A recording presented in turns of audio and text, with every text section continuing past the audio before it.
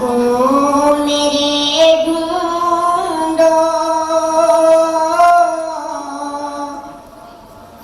कुरान के पारों में आका को मेरे ढूंढो, कुरान के पारों में। ये मैं वो कर ही नहीं पाया इस बात का अंदाज़ा, क्योंकि हर चीज़ में जो है ये अपना कमाल आप रखते हैं। तो आपके ये जजेस हैं सारा हसन और आरिफ बहलीन साहब, तो एक दफ़ा इनके लिए ज़ोरदार तालियां। तो सिर्फ एक दफ़ा चांस मिलेगा।